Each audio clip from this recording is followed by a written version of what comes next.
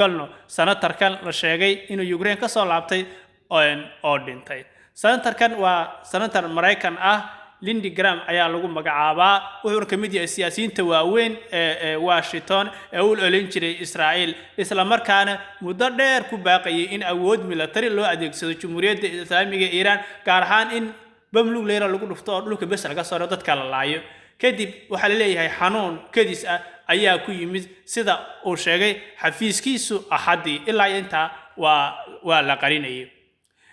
Graham waa 71 jir saaxiibayaal wuuna geeriyooday habeenkii Sabtida ahaa oo ah 11 July wax yar kadib markii uu ka soo laabtay Jamhuuriyadda Ukraine halkaas oo uu kula kulmay madaxweynaha Ukraine Volodymyr Zelensky waxayna ahayd baa la yiri booqashadii 10aad ee tan iyo markii Ukraine oo Ruushku dagaalka uu ku qaaday ama duulaan ballaaran sanadkii 2022 dadka qaar waxay leeyihiin Ruushka laftigiisa waa in lagu sameeyaa leeyahay baaritaan oo inuu sameeyay ayaa laga yaabaa halka ay Mareykanka iyo Israa'iil ay ugu naxeen wuxuu ahaa nin weyn oo cunsuri ah waa ninka xitaa yiri geysa bamlugreha loo isticmaalo oo luka kaliya ha laga soo reebo dadka qaarna waxay leeyihiin aragtidii mujtamac Khamenei iyo goodintii iyo dhaartiisii